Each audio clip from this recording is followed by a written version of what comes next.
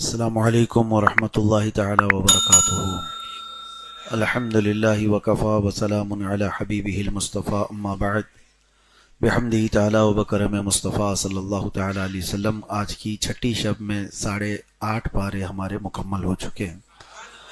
اللہ کریم بقیہ قرآن عظیم کو صحیح تجوید کے ساتھ تلاوت کرنے اور آپ سب کو سماعت کرنے کی توفیق عطا فرمائے۔ بس اور ایک دن انشاءاللہ العزیز 1.5 پارے کی تلاوت ہوگی، اس کے بعد معمول کے مطابق روزانہ 1 پارے کی تلاوت آپ سماعت کریں گے۔ اور قرآن عظیم سننے کے لیے ویسی ہی بوجھ ہونا بھی نہیں چاہیے، 1.5 پارہ ہو کہ 2.5 پارہ ہو۔ اللہ تبارک و تعالیٰ توفیق دے کہ ایمان کی سلامتی کے ساتھ ہم اس کے کلام کو سماعت کر سکیں۔ 8ویں پارے میں آج جو ہم نے تلاوت کیا سورہ انعام کا باقی حصہ تھا، اور سورہ اعراف جو ہم نے آج تلاوت کیا ہے۔ اور اللہ تبارک و تعالیٰ نے اس میں سیدنا آدم علیہ الصلاۃ والتسلیم کے ابتدائی دنوں کا ذکر فرمایا کہ جنت میں جب وہ تھے تو جو معاملات ہوئے، اللہ تعالیٰ یہاں سے فرماتا ہے وَلَقَدْ خَلَقْنَاكُمْ ثُمَّ صَوَّرْنَاكُمْ، ہم نے تم کو تخلیق کیا، تمہیں بنایا اور پھر تمہاری اچھی صورت دی۔ ثُمَّ قُلْنَا لِلْمَلَائِكَةِ اسْجُدُوا لِآدَمَ، پھر ہم نے فرشتوں سے کہا کہ آدم کو سجدہ کرو۔ فَسَجَدُوا إِلَّا إِبْلِيسَ لَمْ يَكُنْ مِنَ السَّاجِدِينَ، سارے فرشتوں نے سجدہ کیا سوائے ابلیس کے، وہ سجدہ نہیں کیا۔ آدم علیہ السلام کو فرشتوں کے لیے مسجود بنایا گیا، یعنی ان کے سامنے سجدہ کرایا گیا۔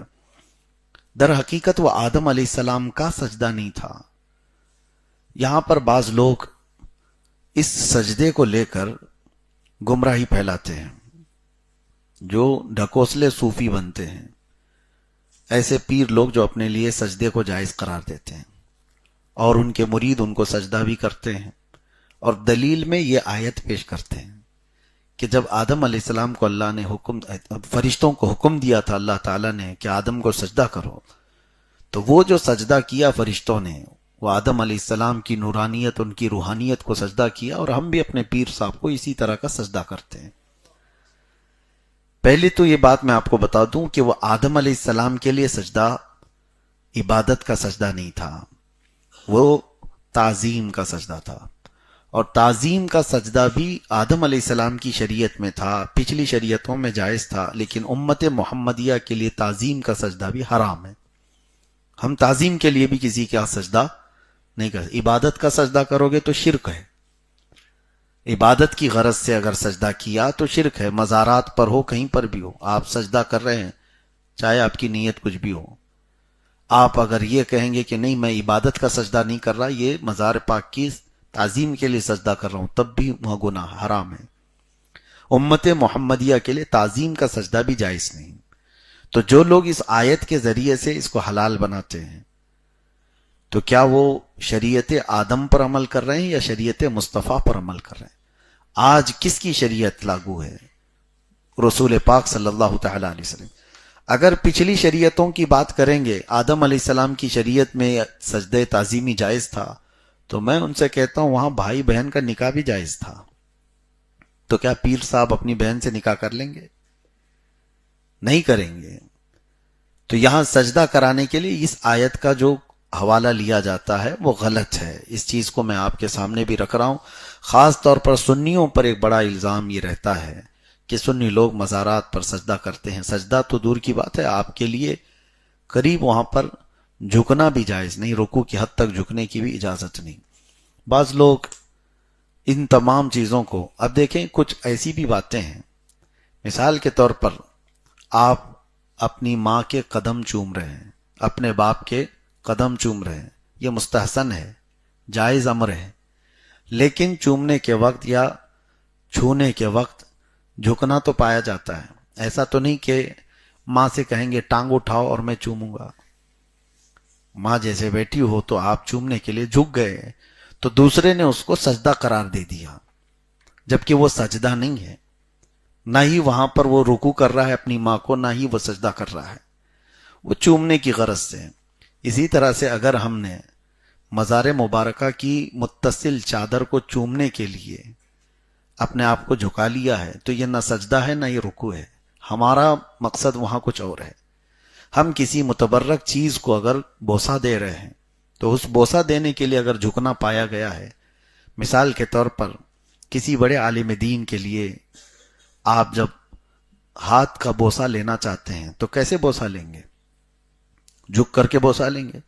دوسرا دیکھنے والا یہ کہے گا کہ اس نے تو ان کو رکوع کر دیا، اس نے پیر صاحب کے سامنے رکوع کر دیا. جھکنا تو پایا جاتا ہے، جبکہ ہاتھ کا چومنا یہ صحابہ اکرام سے ثابت ہے.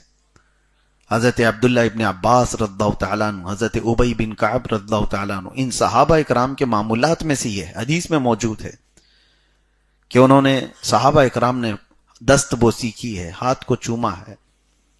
تو یہ کسی کے دست بوسی کرنا، مسافے کے بعد ہاتھ چومنے کے لیے اگر جھکنا پایا گیا تو یہ کیا ہے؟ رکوع ہے؟ رکوع نہیں. ہاں اگر یوں ہی کوئی آ رہا ہے اس کی تعظیم میں آپ جھک گئے، یہ رکوع کی حد تک جھکنا اس طرح سے، یہ ناجائز و حرام ہے. جیسے بادشاہوں کے آنے کے وقت ان کے وزراء جھک جایا کرتے ہیں، اس طرح کا جھکنا جائز نہیں ہے شریعت محمدیہ میں. ہاں آپ ہاتھ چومنے کے لیے جو جھک رہے ہیں تو وہاں رکوع مقصد نہیں ہے، بلکہ آپ دست بوسی کر رہے ہیں، ہاتھ کو چومنا چاہ رہے ہیں. اسی طرح ماں کے قدموں کے لیے ہوا، یا باپ کے قدموں کے لیے، یا پھر کسی مزار مبارکہ سے متصل کسی چادر کو آپ چوم رہے ہیں، تو اس کا مطلب یہ نہیں ہے کہ وہ رکوع کر رہے ہیں یا پھر سجدہ کر رہے ہیں.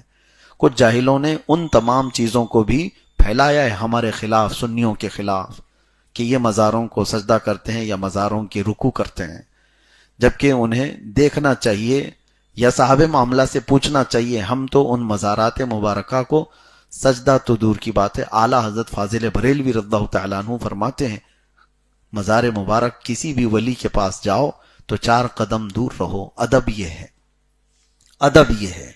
بہرحال تو آدم علیہ السلام کے لیے جو سجدہ کیا گیا تھا وہ سجدہ تعظیمی تھا جو فرشتوں سے کرایا گیا. اب آپ کو میں بتاؤں، تفسیر میں ہے کہ نماز میں ہمارے جو 2 سجدے ہیں، انہی فرشتوں کے سجدے کو لے کر کے نماز میں ہر رکعت میں 2 سجدے کیے گئے. اب آپ کو ایک تصور بھی ہونا چاہیے جب آپ نماز پڑھ رہے ہو، 2 سجدے کیوں ہیں آپ کے؟ 2 سجدے کیوں ہیں؟ ہر رکعت میں 2 سجدے ہیں، ایک پہلا سجدہ پھر دوسرا سجدہ. ہوا یہ کہ آدم علیہ السلام کو سجدہ کرنے کا جیسی حکم دیا فرشتوں کو تو سارے فرشتے سجدے میں گئے. وہ تقریباً 500 سال کا سجدہ تھا، ایک سجدہ. یہ تو حکم کے اوپر تھا، اللہ نے حکم فرمایا تو سب سجدے میں گر گئے. پھر جب ان کو اٹھنے کا حکم دیا گیا، فرشتے اٹھے تو انہوں نے دیکھا کہ ابلیس لعین کھڑا ہوا ہے، اس نے نافرمانی کی ہے، سجدہ کیا ہی نہیں. تو فرشتے واپس شکرانے پر سجدے میں چلے گئے کہ اللہ تو ہمیں اس گمراہ میں سے نہیں بنایا جس نے اکڑ دکھائی. تو ابلیس لعین سے پناہ مانگتے ہوئے فرشتے دوسرے سجدے میں گر گئے، اور یہ بھی اتنا ہی لمبا سجدہ تھا. تو پہلا سجدہ یہ عبودیت کے طور پر اللہ تعالیٰ کے حکم پر تھا، اور دوسرا سجدہ فرشتوں نے یہ دیکھ کر کے کہ ابلیس لعین انکار کر کے کھڑا ہے، ہم ان میں سے نہیں ہیں، دوبارہ پھر سے سجدے میں گر گئے. اس لیے ان فرشتوں کے یہ جو 2 سجدے تھے، امت محمدیہ کو ہر رکعت میں 2 سجدے دیے گئے. پہلا سجدہ آپ اللہ کے حکم کے مطابق اس کی بارگاہ میں عبودیت کے طور پر جھک جائیں، اور پھر اٹھ کر کے دوسری مرتبہ سجدے میں جائیں تو یہ تصور کر کے جائیں کہ اللہ تو سر اٹھانے والے یا اکڑنے والوں میں مجھے نہیں رکھا، میں پھر سجدہ کر رہا ہوں، پھر سے سجدہ کر رہا ہوں. اور سجدہ کیا ہے؟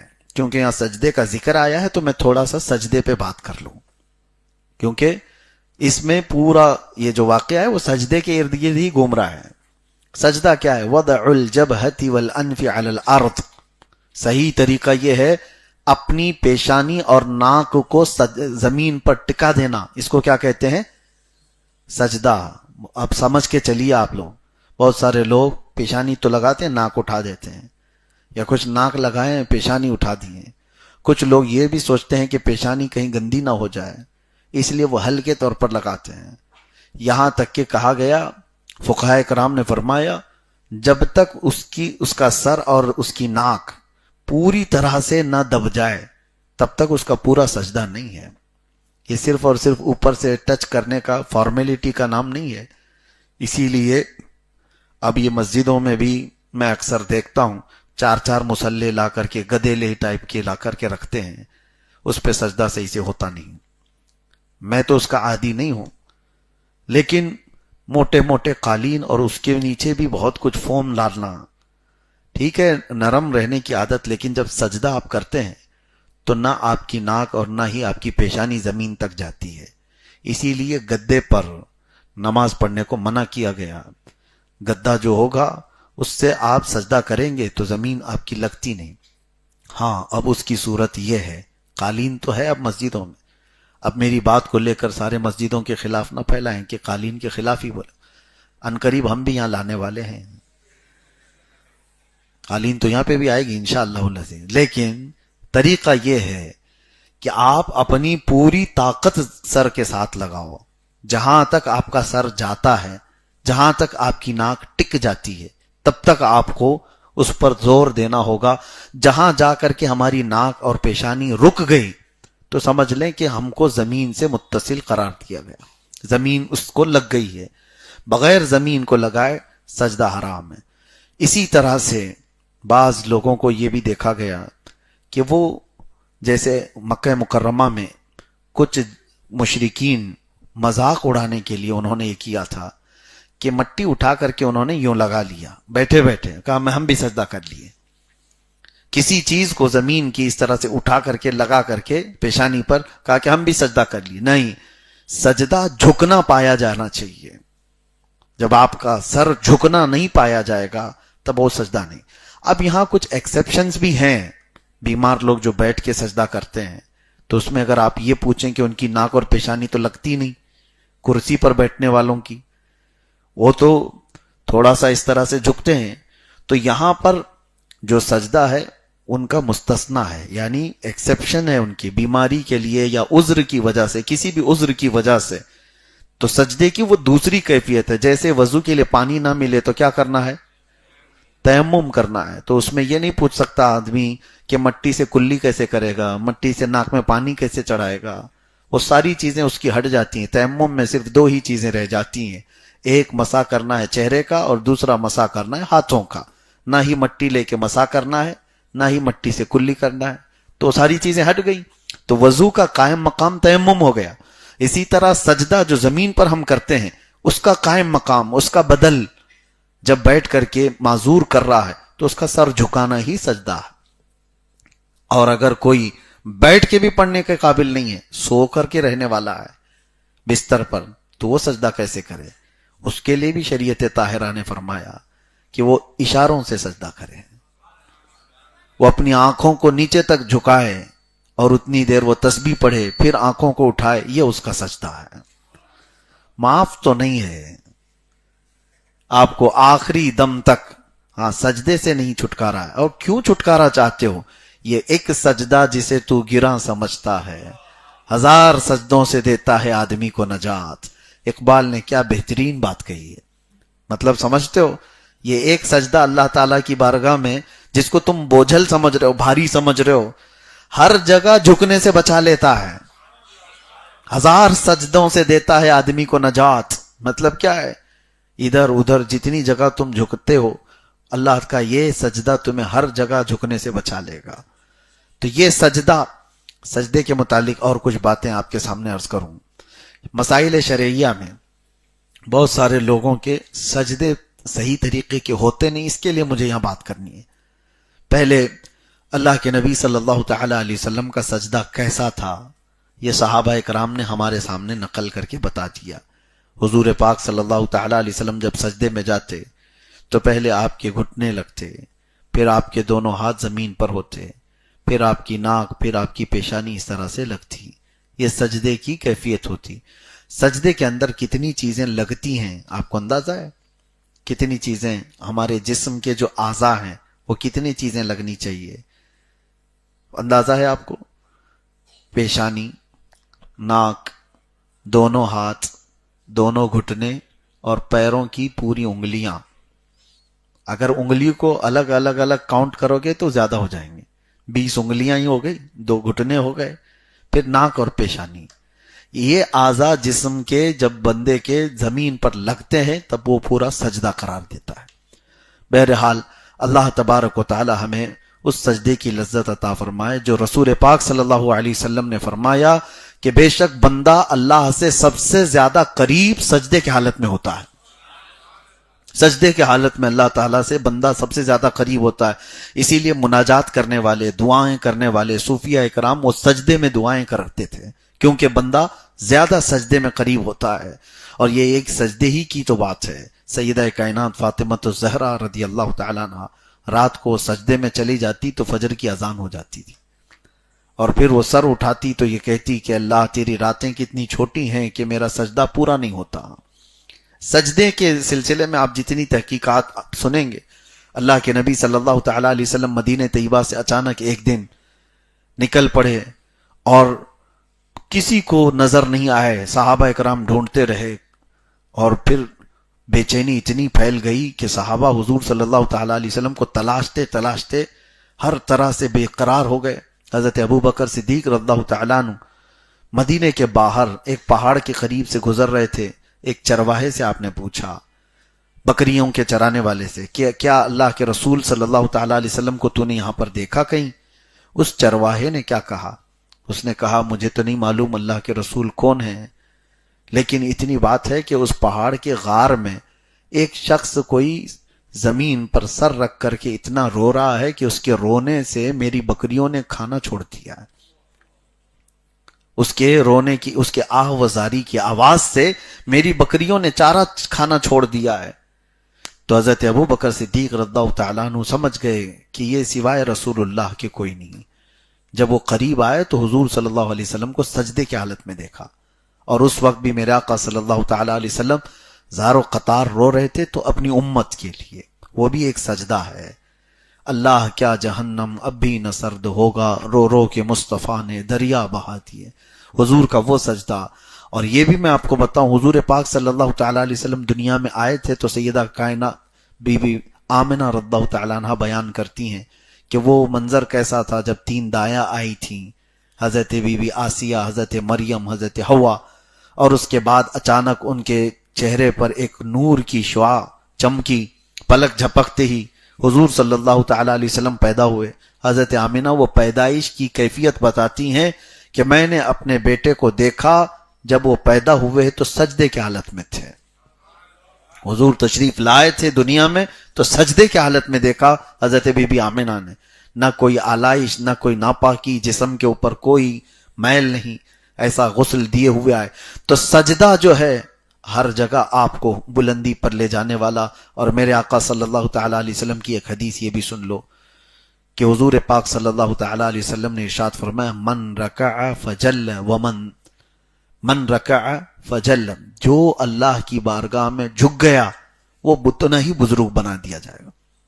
تم جھک کر کے دیکھو، یہاں سے جو اکڑ گیا ہے وہ ذلیل ہی ہوتا رہے گا۔ ومن رفع فذل، اور جو اٹھا دیا اپنا سر، نہیں جھکنا چاہتا ہے، وہ ذلیل ہی ہوتا رہے گا۔ اولیاء کاملین سب کے سجدوں کے متعلق اگر آپ دیکھیں گے، اللہ اکبر، صحابہ اکرام رضوان اللہ تعالیٰ علیہ مجمعین کے۔ اب یہاں پر سجدے کی بات آئی، یہ فضیلت صرف ہم نہیں بتاتے، دوسرے فرقے والے بھی بتاتے ہیں۔ اب وہاں ہوتا کیا ہے، اللہ نے قرآن میں فرمایا ہے، سیماہم فی وجوہہم من اثر السجود۔ رسول اللہ صلی اللہ تعالیٰ علیہ وسلم کے جو صحابہ ہیں اور جو متقی پرہیزگار جنتی لوگ ہیں، ان کی نشانی اللہ نے قرآن میں بیان کی۔ جنتیوں کی نشانی بتاؤں، اللہ فرماتا ہے، اور اسی کو وہ جماعت والے یوں بتاتے ہیں کہ ان کی پیشانیوں پر سجدے کا نشان ہوگا، ان کی پیشانیوں پر سجدے کے نشان ہوں گے، اس لیے وہ شامی کباب بنا لیتے ہیں گھس گھس کے۔ اور سنی بھی تو نماز پڑھتے ہیں، ہم بھی برسوں سے بچپن سے نماز تو چھوڑتے نہیں، لیکن ہمارے نہیں آتے، اور کچھ کے بہت کالے کالے دھبے آ جاتے ہیں۔ اس کی وہ فضیلت بیان کرتے ہیں کہ یہ اللہ نے قرآن میں فرمایا جنتیوں کی نشانی ہے، پیشانی پر جو سجدے کے نشان ہونے چاہیے، اس کو ہٹانا نہیں ہے، صاف نہیں کرنا، سمجھ کی خطا ہے۔ اللہ کیا فرما رہا ہے، سیماہم فی وجوہہم، وجہ لفظ ہے عربی میں، اور جبہہ یہ ایک لفظ ہے۔ اللہ نے یہ نہیں فرمایا کہ ان کی پیشانیوں میں سجدے کے نشان ہوں گے، اللہ فرماتا ہے ان کے چہروں پر سجدے کے نشان ہوں گے۔ ارے چہرہ الگ ہے، پیشانی الگ ہے، چہروں پر سجدے کے نشان کیسے ہوتے ہیں کہ چہرہ دیکھ کر کے ہی سمجھ میں آ جائے گا کہ یہ نورانی سا چہرہ ہے۔ ہاں الحمدللہ وہ دور سے سنیوں کے ہی دکھتے ہیں، پہچانے جاتے ہیں، سجدوں کے نشان چہرے پر ہوتے ہیں۔ قرآن پاک میں اللہ نے جو فرمایا اس کا مطلب یہ کہ اس کے چہرے کی رونق بڑھ جاتی، اس کے چہرے کی چمک، اس کی جاذبیت بڑھ جاتی۔ یہ نہیں کہ کالا دھبا بڑھتا ہے، وہ دھبے کی بات نہیں ہے۔ وجوہہم، اللہ نے فرمایا ان کے چہروں پر سجدوں کے نشان ہوں گے، پیشانیوں کا نہیں ہے۔ بہرحال تو جہاں جہاں یہ سجدے کا ذکر آیا اللہ تبارک و تعالیٰ نے اس کی فضیلت بیان فرمائی، اور شیطان کو دیکھیں مردود قرار دیا گیا، ابلیس کو مردود قرار دیا گیا۔ کس وجہ سے؟ سجدہ نہیں کرنے کی وجہ سے۔ سجدے سے انکار کیا ہے تو شیطان بن گیا ہے۔ تو آپ اندازہ کرو جو سجدے سے بھاگتا ہے وہ شیطان کے ساتھ جاتا ہے، جو سجدے سے بھاگتا ہے وہ شیطان کے پاس جاتا ہے۔ مجھے یاد ہے ایک بات، ایک کینسر ہاسپٹل میں گیا تھا کافی سال پہلے، اپنے نوجوانوں کے ساتھ تیمارداری کے لیے، عیادت کے لیے ہم جایا کرتے تھے۔ تو وہاں مریضوں کو ہم دیکھتے اور میں نوجوانوں سے یہ کہتا کہ آپ لوگ ساتھ چلو، دیکھو کینسر میں کیسے کیسے لوگ مبتلا ہیں، ان کے جسموں کو دیکھ کر کبھی اپنے آپ کو شکر بھی بناؤ کہ اللہ تعالیٰ نے صحت رکھا ہے، اور اس بیماری سے پناہ بھی مانگو کہ اللہ ایسی بیماریاں نہ دے تاکہ تمہاری عیاشی ختم ہو جائے، اور دیکھو تو صحیح۔ تو اس وقت مجھے یاد ہے آج تک 40-45 سال کی عمر کا ایک مرد ہوگا، بستر پر پڑا ہوا، اور اس کی گردن میں بڑی پھوڑی تھی جس سے کنٹینیو خون اور پیپ نکلتا ہی رہتا تھا، اور تکیہ خراب ہوتا رہتا۔ جب ہم گئے تو کئی دنوں سے اس کینسر کے مرض میں مبتلا ہے۔ وہ رونے لگا، کہا کہ دعا کر دیجئے، سب کے لیے دعا کر ہی رہے تھے۔ اس نے ایک جملہ کہا کہ حضرت اتنی دعا کر دیجئے، بہت شدت سے خواہش ہوتی ہے کہ سر اٹھا کر کے ایک بار سجدہ کروں، لیکن اب میں سجدہ کر نہیں سکتا، سجدہ کرنے کی طاقت ہی نہیں ہے، سر اس طرح سے جام کر دیا گیا ہے کینسر کی بیماری میں کہ وہ تکیے سے اپنا سر نہیں اٹھا پاتا۔ اس دن دیکھ کر کے پورے جسم کے رونگٹے کھڑے ہو گئے کہ اللہ نے جن کو طاقت دی ہے، قوت دی ہے، وہ سجدے سے بھاگ رہے ہیں۔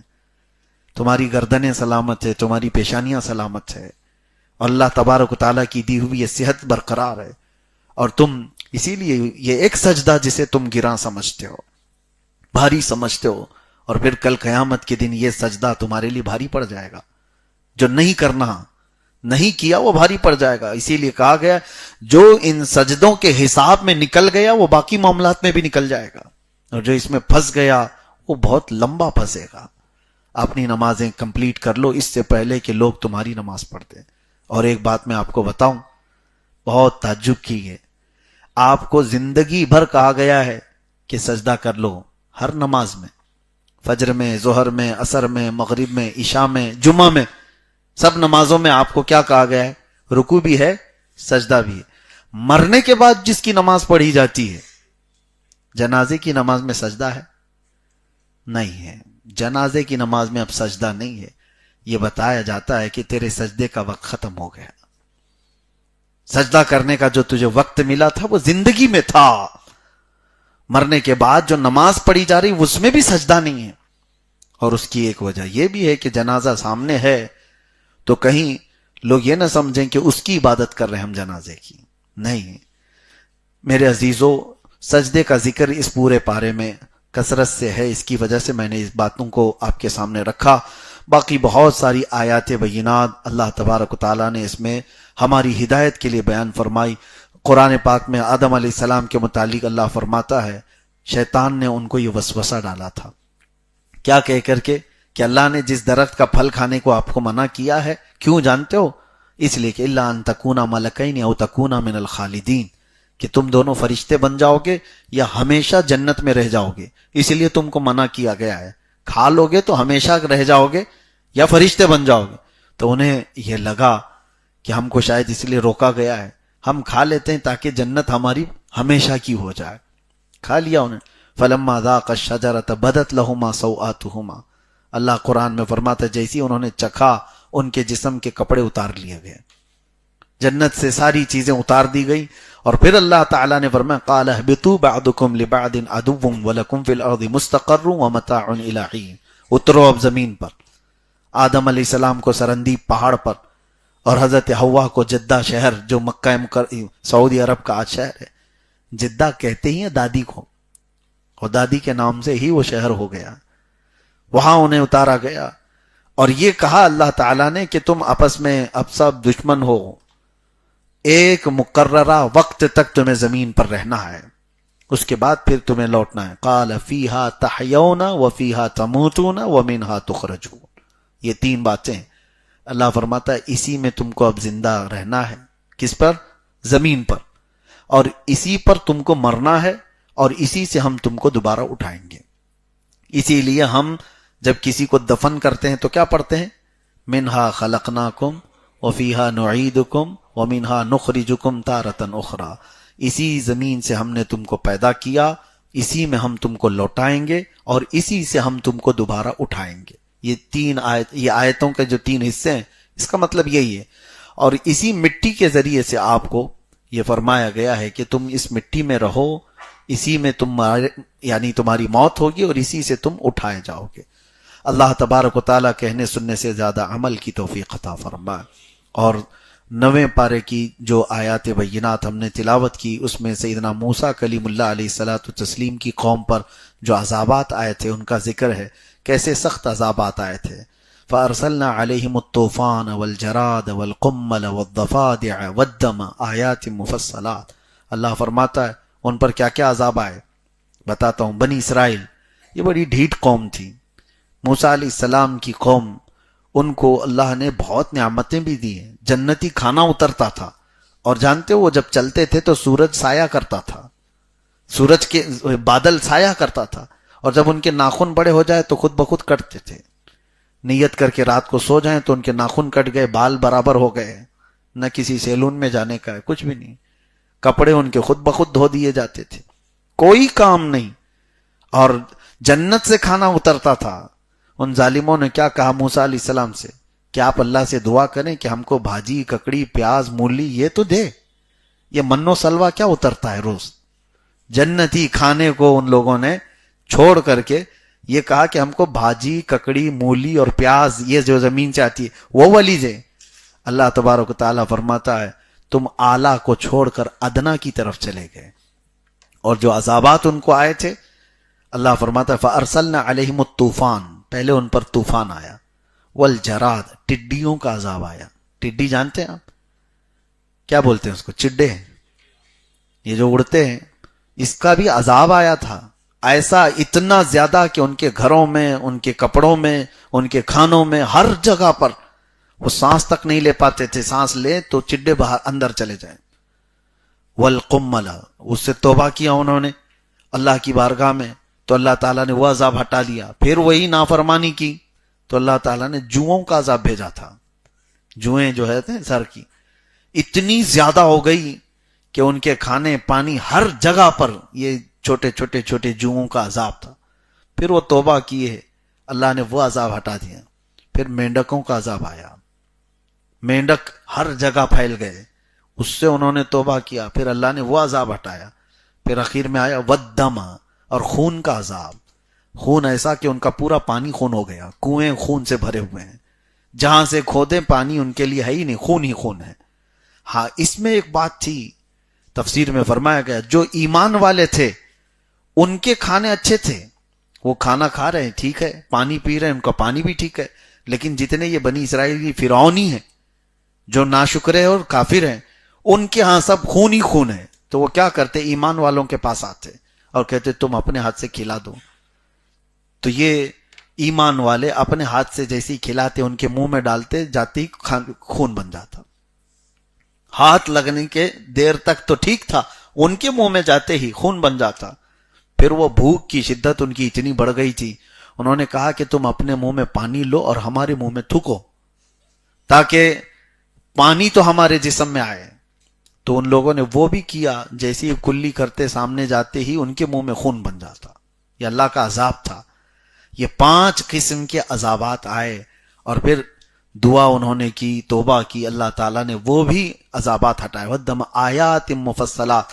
اللہ فرماتا وَاسْتَكْبَرُوا، جنہوں نے گھمنڈ کیا تھا، تکبر کیا تھا. لیکن شکر کرو میرے عزیزو، کل ہی ہم اسی پارے میں 9ویں پارے میں ایک آیت پڑھیں گے، وَمَا كَانَ اللَّهُ لِيُعَذِّبَهُمْ وَأَنْتَ فِيهِمْ. اللہ اب ویسے عذاب تم کو نہیں دے گا. اللہ کیا فرما رہا ہے؟ اب ویسے عذابات اللہ تعالیٰ اب تمہیں نہیں دے گا، اس لیے کہ تمہارے درمیان میرا محبوب آرام کر رہا ہے. تمہارے درمیان میرا محبوب آرام فرما رہا ہے. حضور کی برکت ہے کہ نہ اب مینڈکوں کا عذاب آئے گا، نہ جوؤں کا عذاب، نہ یہ خون کا عذاب. ہاں کچھ عذابات تو آتے رہیں گے لیکن ایسے عذابات نہیں. پہلے تو بندر بنا دیے جاتے، خنزیر بنا دیے جاتے، زمین پھٹ جاتی، لوگ دھس جاتے، آسمان سے نوکیلے پتھر گرتے. یہ بڑے بڑے جو عذابات تھے، اللہ نے فرمایا خسف اور مسخ کے عذابات کو میں نے امت محمدیہ سے ہٹا دیا. گناہ ہے آج بھی ویسے، لیکن عذابات ویسے نہیں. یہ برکت ہے میرے مصطفیٰ کریم کی. لیکن یہ برکت صرف مسلمانوں کے لیے نہیں، سارے جتنے جی رہے ہیں کفار و مشرکین بھی میرے آقا کے فیض اٹھا رہے ہیں. ان پر بھی تو عذاب نہیں آ رہا ہے. یہ حضور کی رحمت ہے جو ان پر بھی عذاب نہیں آ رہا ہے. اللہ تبارک و تعالی میرے آقا کے قدموں میں اسی طرح رحمت والی زندگی عطا فرمائے. وآخر دعوانا ان الحمد للہ رب العالمین. السلام علیکم.